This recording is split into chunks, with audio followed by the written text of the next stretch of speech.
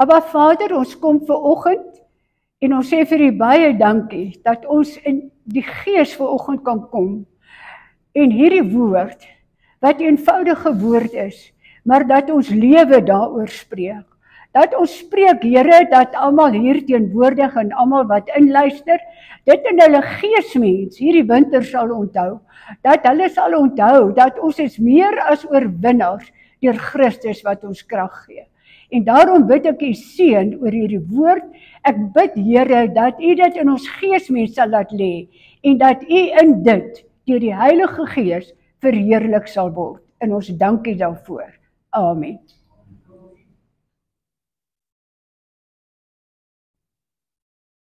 Ek gesels vandag oor vrymaking deur Jesus. Ons skriflesing is Jesaja 53 vers 5. Jesaja 53 vers 5. Kan almal agter sien, want ek het dit hier neergeskryf. Is julle okay? Okay.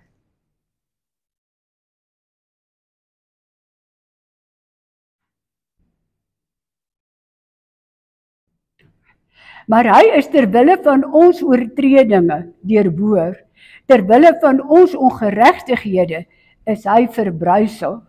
Die straf wat vir ons die vrede aanbring, was op hom, en deur sy wonde het daar vir ons genesing gekom. Tot sover, die Here seën sy woord.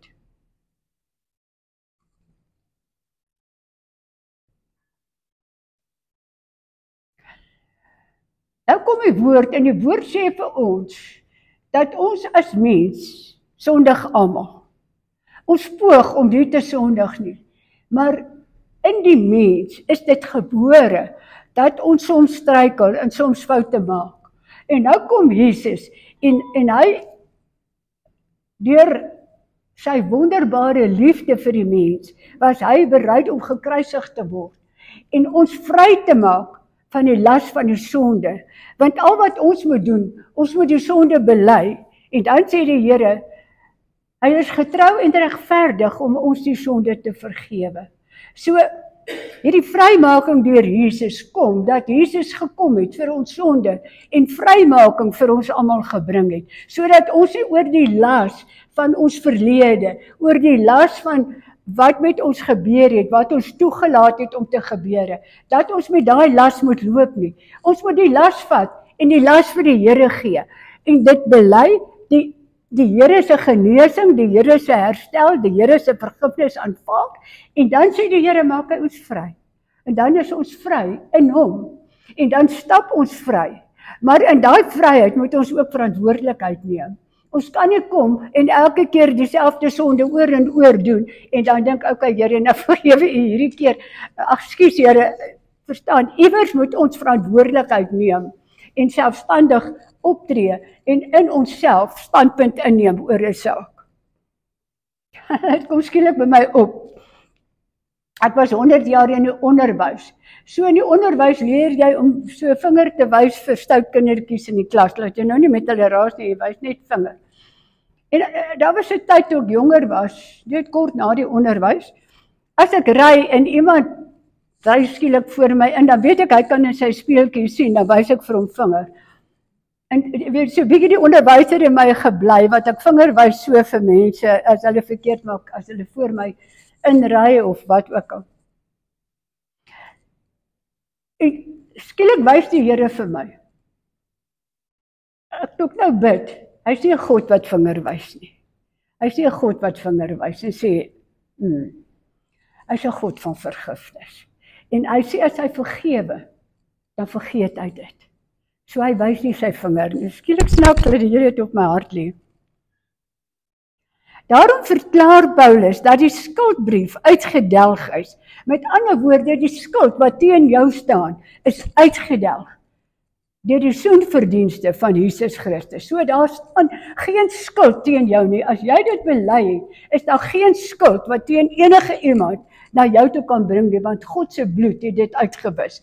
Ons lees dit in Kolossense 2 vers 13 en 14. Kom ons kyk daarna. En julle wat dood was deur die misdade en die onbesnedenheid van julle vlees, het hy saam met hom lewend gemaak, deurdat hy julle al die misdade vergewe. So hy vergewe al die misdade. Daar is nie iets wat die Here terughou nie. En die skuldbrief teen ons, wat met sy insettinge teen ons vyandig was, uitgedelg en weggeruim het, deurdat dit aan die kruis vas te naal. So God het aan die kruis al die skuld van ons weggeneem en ons vrygemaak daarvan. Dankie.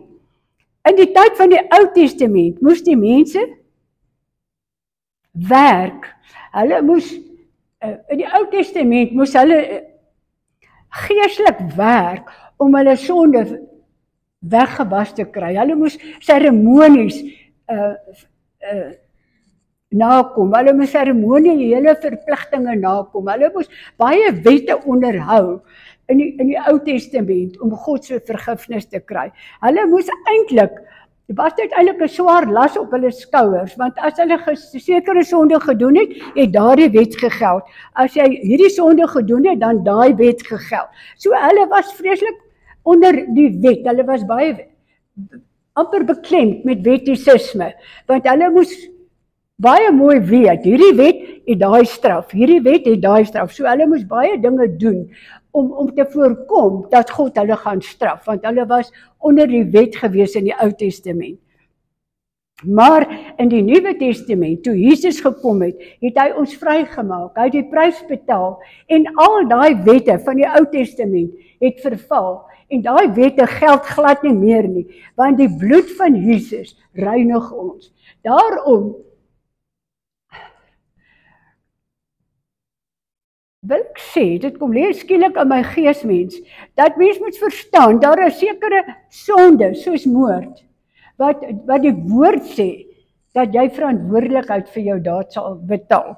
So ek verstaan, dat mense moet tronk toe gaan, of wat dit tradisie ook al waar in wat 'n land is. Daar sekere beginsels wat geld. Dis nie dat ek kan enige iets doen, en dit is maar okay by die Here, ek sê sorry, en dan kan ek aangaan nie.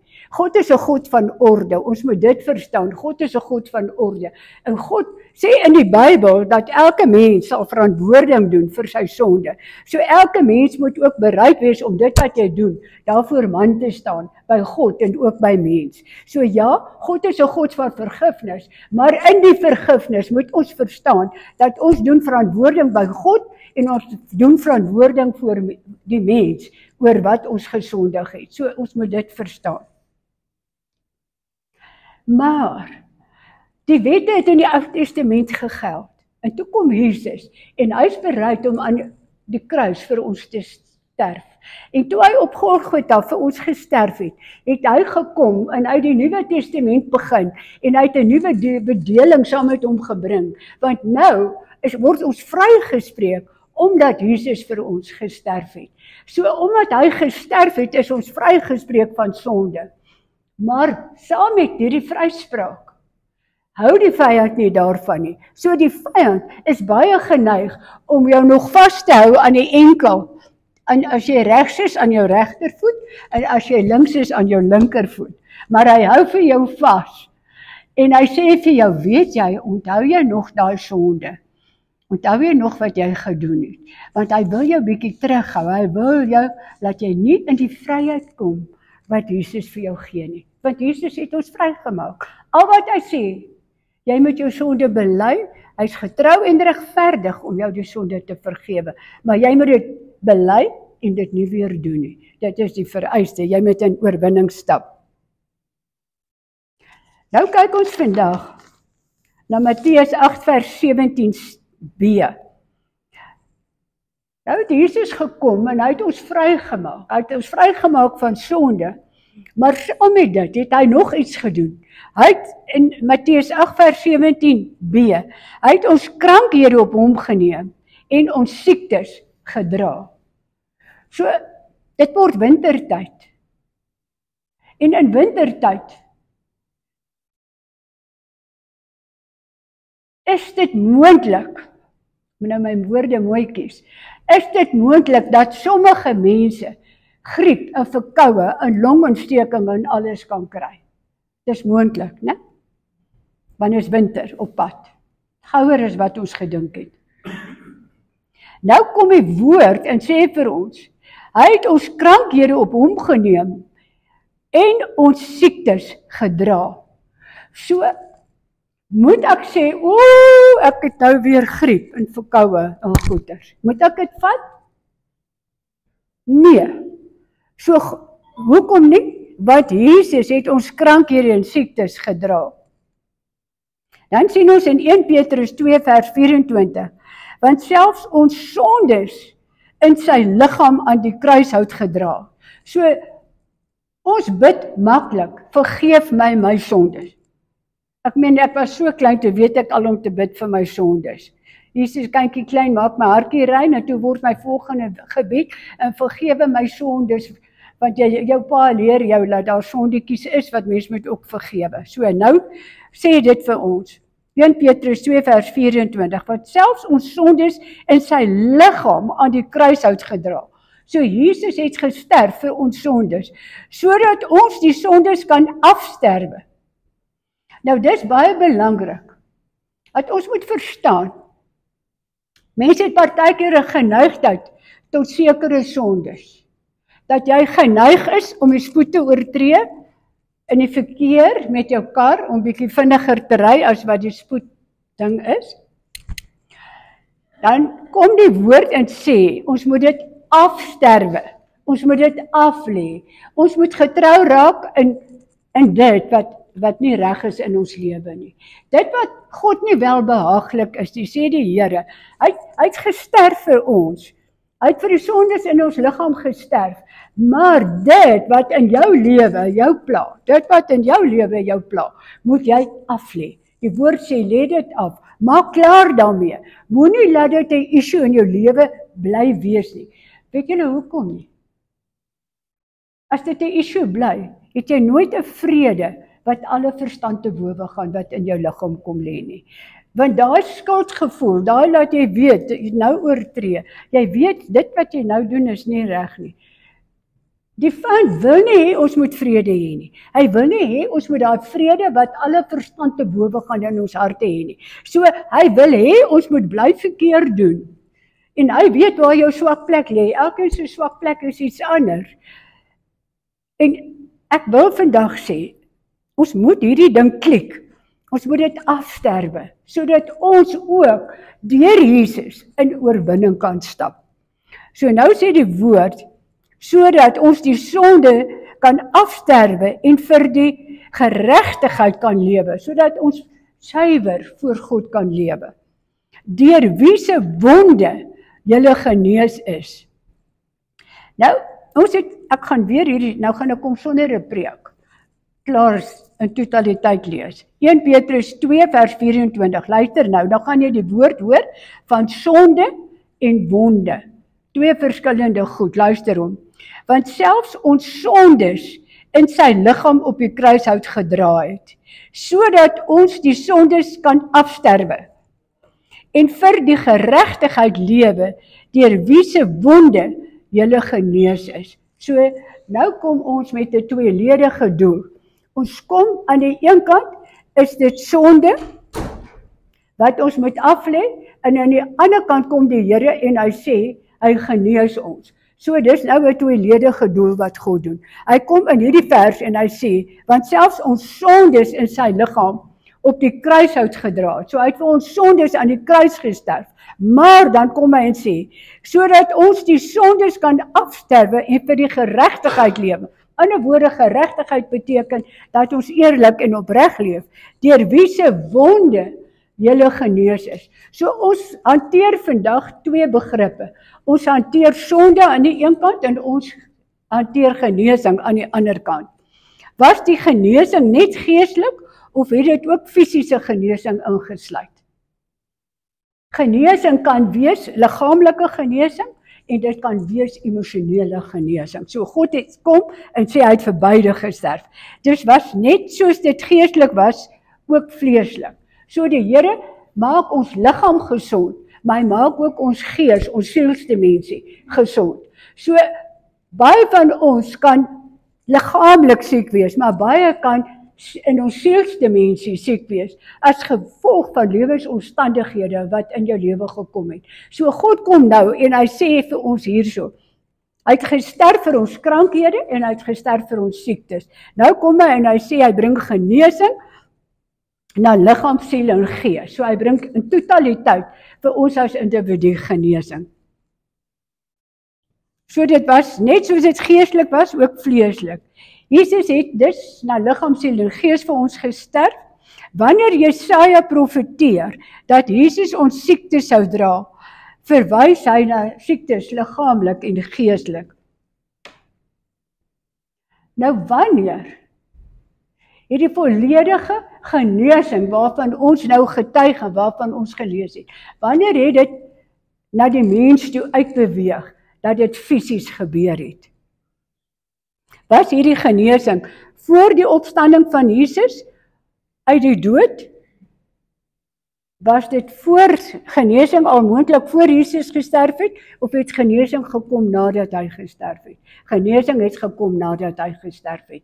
So Jesus het gesterf sodat ons sondes kan vergewe word, maar net daarmee saam, sodat ons genees kan word. So ons moet verstaan, hierdie twee begrippe loop hand aan hand. Die genesing is voor die opstanding van Jesus uit die dood voltooi. Voordat Jesus opgestaan het uit die dood. Met ander woorde, na sy kruisiging het hy gesterf vir ons sondes en hy het gesterf vir ons siektes.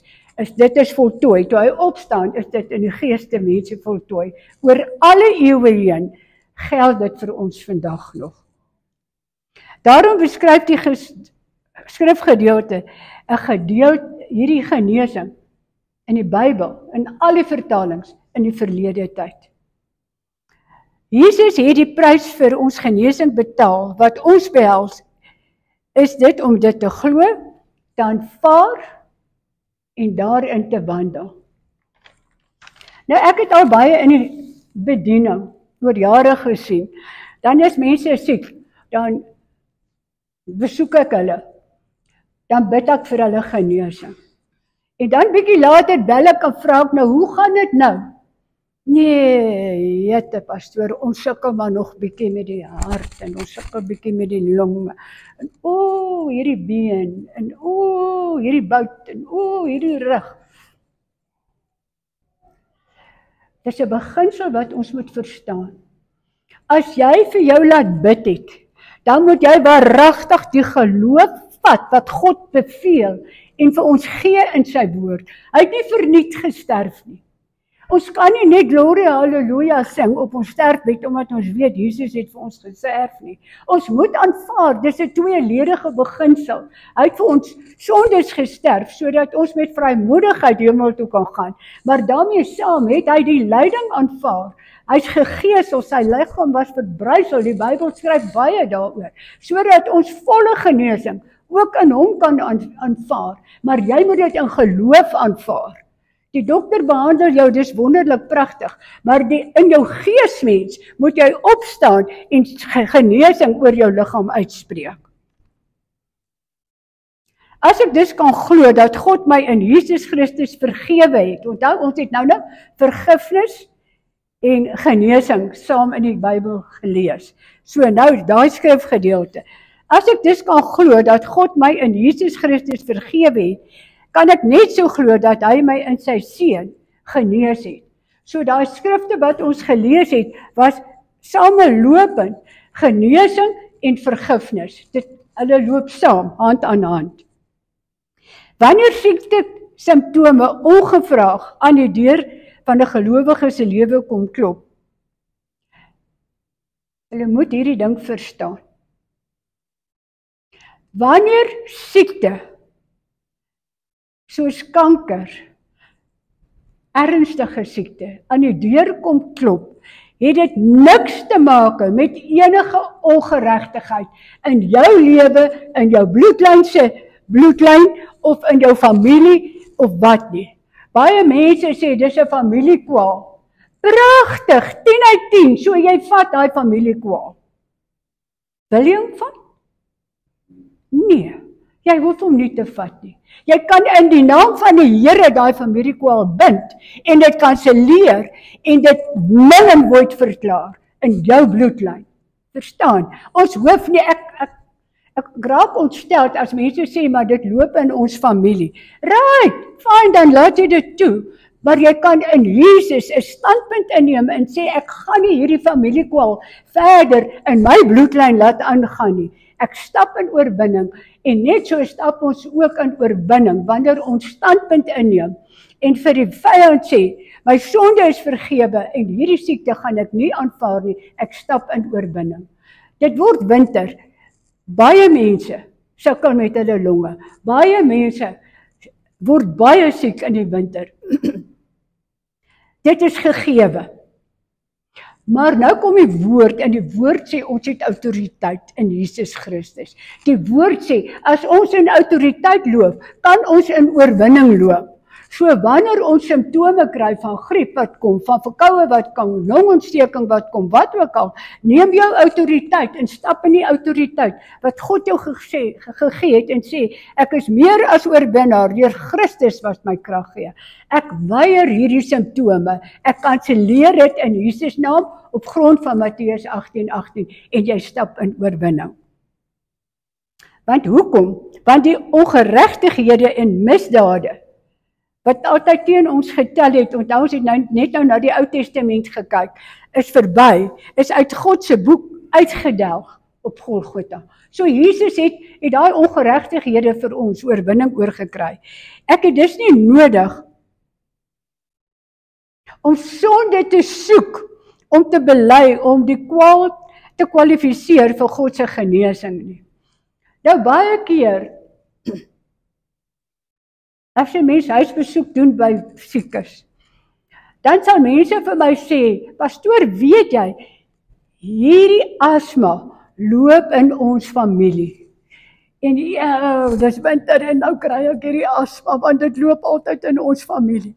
Vat jy dit? Wil jy dit vat? Nee. So jy die autoriteit wat die woord gee, staan op en vat teen bloedlynvloeke, want dis wat dit is. As asma in jou familie loop, is dit 'n bloedlynvloek. Ek wil vandag vir julle sê, as daar iets is wat ek besef, ek kan nou net, ek kan nou sê, ek kan nou maar net namens die Afrikaners praat, maar ek het so baie al teëgekom, dat ons af groot word, dat, jy hoor, hierdie is 'n familiesiekte, hierdie siekte van epilepsie loop in die familie, of hierdie siekte van asma loop in die familie, of hierdie bloedsiekte loop in die familie, of hierdie siekte loop in die familie. Wil jy dit vat? Nee. Ons het nou die skrif gelees. Jesus het aan die kruis vasgespijker, hy het ons vrygemaak van siekte. So kanselleer die bloedlyn dit, kanselleer lidmaatskap in daai bloedlyn, en sê jy, neem nou jou lidmaatskap uit, die van rooien bloedlyn, en jy is nou onder die bloed van Jesus Christus. En jy loop in sy bloedlyn, en jy loop in sy genesing. So ons moet verstaan, soos wat ons bid oor ons sondes, dat die Here ons sondes vergewe, moet ons vorentoe ook genesing oor onsself bid. Ek het nie nodig, wanneer daar, watter krisis ook al in jou lewe kom, watter krisis ook al, moet sonde gaan soek in my lewe, en dink, Here, wat moet ek nou weer bely, wat was nou weer verkeerd, wat moet ek bely, want hoekom het dit nou met my gebeur? Die goed gebeur, want die vyand loop rond soos 'n brullende leeu, en kyk wie hy kan verslind, maar God kom, danksy sy genade, en hy gee ons autoriteit om op te staan, en te sê, ek vat dit nie, ek weier dit, ek kanselleer dit, wat dit ook al is, finansiële nood, siekte, ongelukkigheid by die werk, 'n krisis langs die pad, wat ook al met jou gebeur, jy die autoriteit van God, op die skrif wat ons gelees het jy die autoriteit van God ontvang, om op te staan in Jesus se naam, en oorwinning te spreek, en te sê, ek gaan dit nie aanvaar nie. En skielik kom dit by my op, wanneer ongeregtigheid na jou toe kom, deur iemand anders, wat 'n issue op jou plaas, wat nie noodwendig na jou toe moet kom nie. Dat hulle issues, hulle probleme, kom hulle en hulle hana met jou en hulle sukkel met jou en hulle wil amper 'n verhoor en 'n struikelblok tussen julle bring. Neem autoriteit, staan op en ek doen dit, in my lewe dit al baie keer gedoen, under your breath, sê die woord. Ek weet nie mooi wat dit in Afrikaans sê, ek kan nie sê stilletjies nie, maar under your breath klink vir my makliker. Bid ek, en neem ek standpunt in, en sê ek vat dit nie in Jesus naam. Ek verstaan dit in Jesus naam, ek so deur my tande bid ek dit, maar ek bid dit hardop, want ek is bang, vyand hoor nie mooi duidelik nie.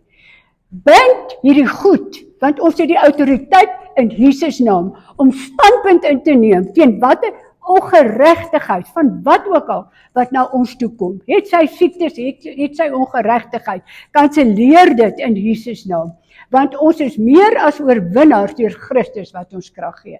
En ek wil vandag sê, as ons sal verstaan, dat wat ook al na ons kant toe kom, ek weet nie, die Here wys vir my, is my of iemand hier 'n dokument ontvang het, wat hom ontstel het. Ek weet nie, ek kry hoendervleis.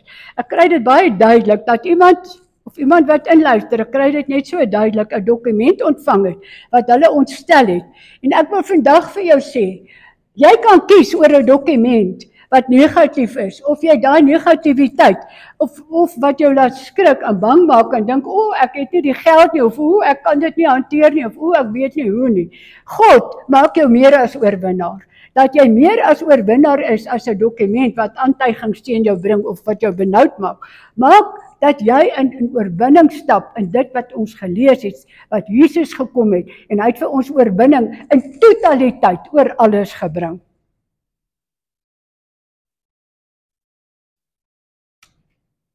Die vyand wil 'n houvas op ons hê. En elkeen se houvas lê op 'n ander terrein. Dis 'n geheime iets in jou binneste. Die vyand weet waar lê jou Achilleshiel, wat hy jou net herinner aan iets wat jy in die verlede gedoen het, of iets wat in jou bloedlyn loop, of iets wat 50 jaar terug, nee, julle is party jonk, wat 20 jaar terug gebeur het.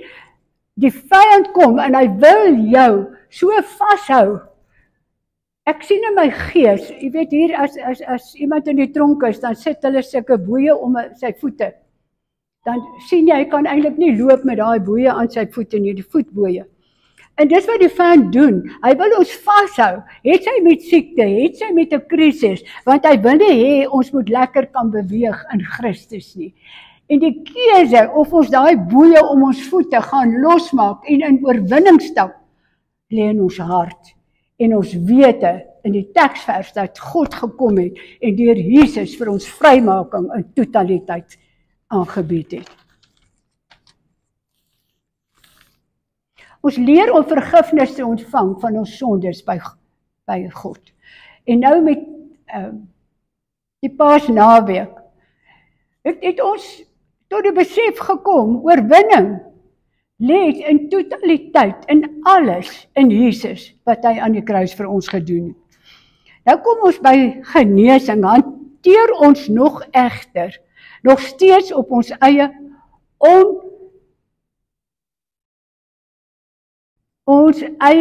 oorgelewerde manier. Amper wil ek sê oorgelewerde manier.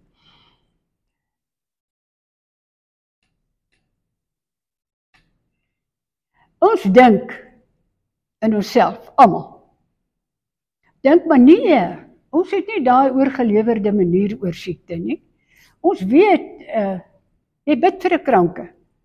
Maar as die siekte kom, en ek doen huisbesoek, dan sien ek, ons doen maar nog met die oorgelewerde manier. Hierdie manier is nie van God nie. Wanneer ons besef en verstaan dat Jesus op dieselfde dag, met dieselfde daad, ons vergifnis, sowel as ons genesing vir ons verkry het. En dat ons die vergifnis en die genesing moet aanvaar. Want wat gebeur? Ons aanvaar vergifnis, ipso facto. Ons bid, Here vergewe my, net so. En ons glo die Here het ons vergewe. Maar wanneer daar 'n siekte kom, wanneer daar griep kom, longontsteking, wat ook al, dan worstel ons en dan sê ons, Here, asseblief, en dit, hanteer dit, soos wat jy sonde hanteer, en vat die vergifnis wat die Here bied, en die vrymaking wat die Here bied. As die Here jou sonde kan vergewe, kan die Here jou genesing ook. As jy in volle geloof na God toe gaan, kan hy ook dit vir jou moontlik maak. Maar dan moet jy in oorwinning stap.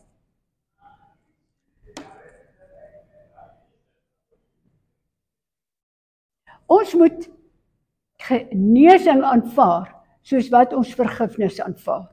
Dit is vir ons maklik as gelowiges om vergifnis te aanvaar by die Here.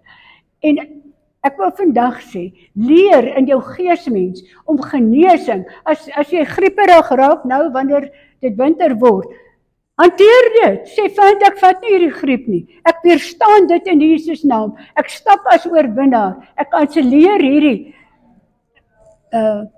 wat noem is dit, wat jy sien, kan nou nie kom, hierdie fisiese eienskappe van griep, as ek dit sien, Simptome, daar is die woord, baie dankie. As jy die simptome kry, jy het een van twee keuses, of jy vat die simptoom, dan het jy griep. Of jy vat die simptoom, en sê vir die feit, ek gaan dit nie vat nie, ek weerstaan dit in Jesus naam. En dit geld, nie net vir siekte nie, dit geld vir ons lewe na die buitewêreld toe ook. Daar is sekere goed wat mense aan ons doen, wat ons geesmens seermaak, wat ons maak dat ons eintlik nie kan funksioneer soos wat ons wil ten opsigte daai persoon nie, want dit staan tussen ons en daai persoon. En dit veg jy op dieselfde wyse. Die lewe buite, sê net maar in jou werksituasie, is daar druk. Jy moet net, ek dink aan Jackie, wat in die aande en die nagte werk in dit. Sy kan kies. Ek het uitgewerk, want sy werk tot 11 uur, 12 uur in die nag. Nou, dan stuur sy al die verslae vir hulle. En ek het klaar uitgewerk wat daar by haar werk gebeur. So hulle sien dat hierdie vrou kan X hoeveelheid werk hanteer. So wat doen hulle nou? Nou stuur hulle X hoeveelheid werk aanhoudend na haar toe, want sy hanteer dit. Laat sy dit toe? Ja, want sy is pligsgetrou. Wat moet sy eintlik doen? Sy moet met haar hoof 'n afspraak reël en vir hom sê, weet jy wat, ek doen dubbel die werk wat 'n normale iemand doen, vergelyk my werk teen iemand anders se werk, en nou sê ek vir jou, ek gaan nie meer op 'n Sondag aand werk, ek gaan nie meer op 'n Saterdag aand werk nie, ek gaan 'n normale tyd 5 uur afsluit, soos wat die werksmense doen. Maar omdat sy meer as pligsgetrou is, doen sy meer. Ons moet verstaan dat die wêreld buite gryp met hande na ons, wat ons goedheid, ons guns, ons genade, ons liefde, alles. Maar hulle kom ook met wreedheid. En in Christus is ons oorwinnaars, maar ons moet ons perke leer om dit daar te stel in elke opsig. Want iemand kan jou net seermaak, emosioneel, tot waar jy hulle toelaat. As jy hulle daar toelaat, kan hulle jou net tot daar seermaak emosioneel. Maar as jy sê tot hier toe en nie verder, gaan jy my seermaak nie. Laat jy die basis neerlê, dan kan verwonding en seer kry nie verder plaasvind nie, want jy die streep getrek. Dis wat jy toelaat, wat mense na jou toe bring. Jy moet in verwonding standpunt inneem. Ja, mens kry seer in verwonding, mens kry seer, maar iewers moet jy in jouself, om jouself te beskerm, riglyne neerlê, sodat jy vir jouself beskerming kan inbou.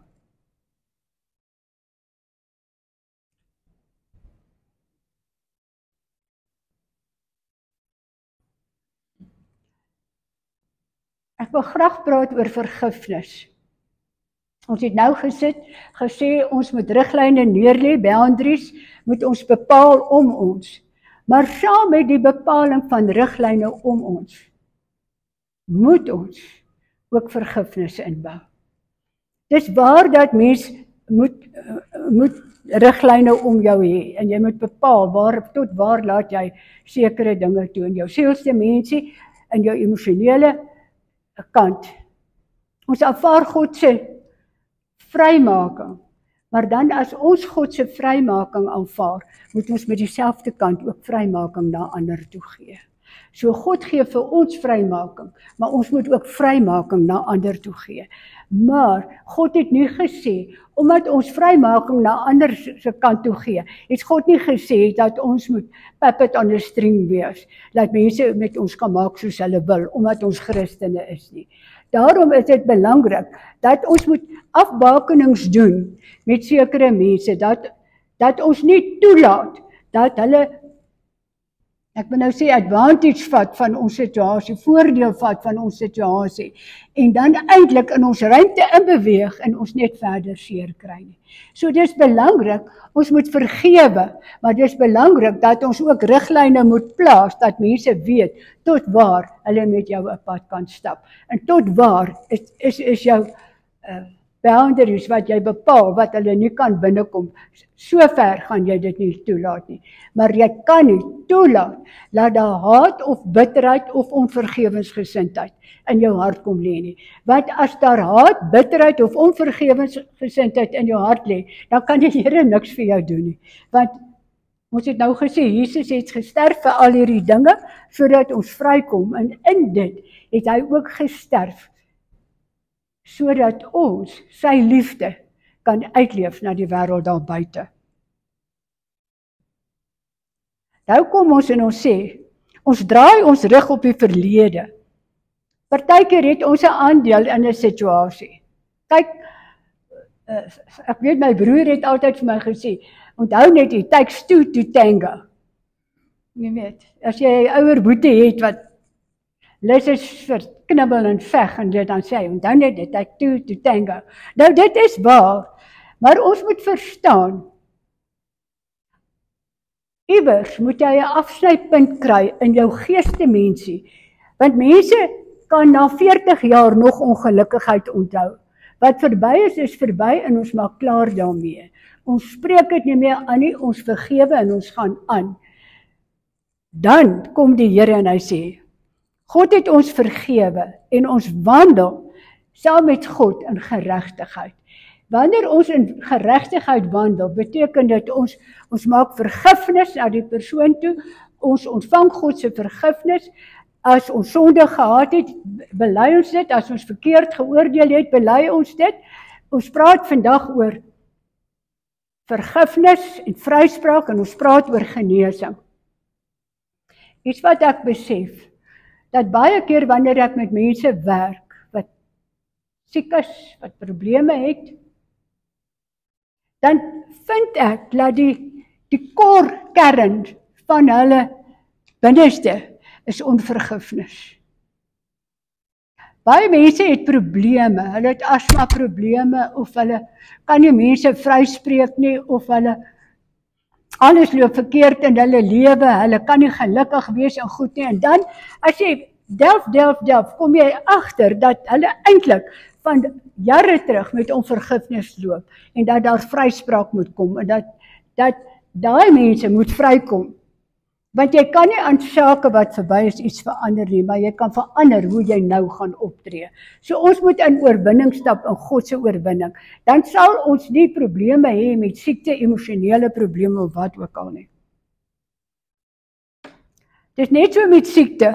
Ek het 'n keuse om die genesing wat Jesus vir my verdien het te aanvaar en daarin te wandel. Ek het 'n vriendin gehad, haar naam was Blom. En sy het deur verkeerde diagnoses hier op haar rugkant het hulle geopereer en die een dokter het eintlik 'n mislukking gemaak. Ek wou eintlik gesê het 'n gemors gemaak.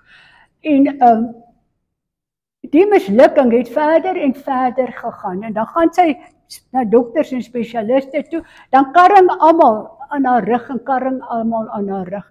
Eventueel van al die gekarring, deur die eerste een se fout wat hy daar gemaak het by haar rug, so by haar stuitjie, het sy kanker gekry en Blom is dood. En ek het baie daarna gewonder, as sy na die eerste dokter wat die probleem geskep het, met sy verkeerde behandeling daar, want sy was 'n gelowige vrou, sy het my so baie van die Here geleer. As sy in geloof gestap het, en die Here vertrou het vir genesing, na die eerste dokter se dan, maar sy het aanhoudend dokter toe. Nou, dis menslik, ek verstaan dit. Maar baie keer het ek net in myself gewonder, ons moet waak om ons hulp in ons nood altyd by dokters te soek. Want as gelowige wil ek sê, gaan na God toe en bly by sy voete. Ja, daar is siektes wat jy dokters nodig het, ek verstaan dit, dit is so, dit is 'n feit. Maar daar's ook 'n feit, dat God is die algehele Here. Jesus het gesterf, sodat daar genesing vir ons kan kom. Jesus het gesterf, sodat vrymaking van sondes kan kom. Dat ons altyd sal terugkeer na die kruis, en by die kruis, as jy moet deur swaar tye gaan, kom terug by die kruis, en kry jou krag daar, kry jou sterkte daar. So alles vind plaas by die kruis, dat ons verstaan, wat ook al, siekte, nood, krisis, wat ook al, kom terug by die kruis. As ons by die kruis gekom het, moet ons leer om in geloof met God te stap. Hier wil ek heeltemal wegbeweeg nou, van dit kom skielik by my op, van siekte en ongelukkigheid. Partykeer in 'n lewenskrisis, sê nou maar 'n finansiële krisis, of 'n huwelikskrisis, of wat ook al, moet mens waak om nie na feite te kyk nie. Want as jy na feite kyk, dan gaan jy bekommerd raak. Maar wanneer jy in 'n krisis is, wat jy nie antwoorde het nie, gaan terug na die Here toe, soos met genesing, soos met enige lewensiet, en God will make a way. Vertrou hom, al sien jy nie oombliklik die verandering nie. God sal eventueel 'n deurbraak bring.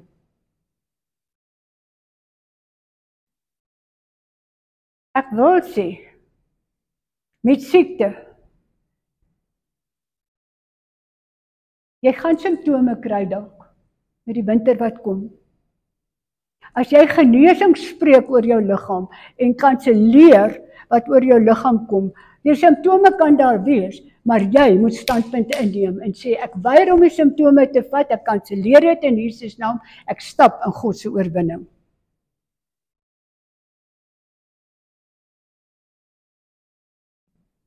Ons moet leer, in watter situasie in ons lewe ook al is, dat ons stap in God se herstelfase.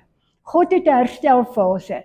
Hy het 'n herstelfase vir siekte, hy het 'n herstelfase vir sonde, hy het 'n herstelfase in enige situasie. Word jy, sê die woord, meer as 'n oorwinnaar deur Christus wat jou krag gee.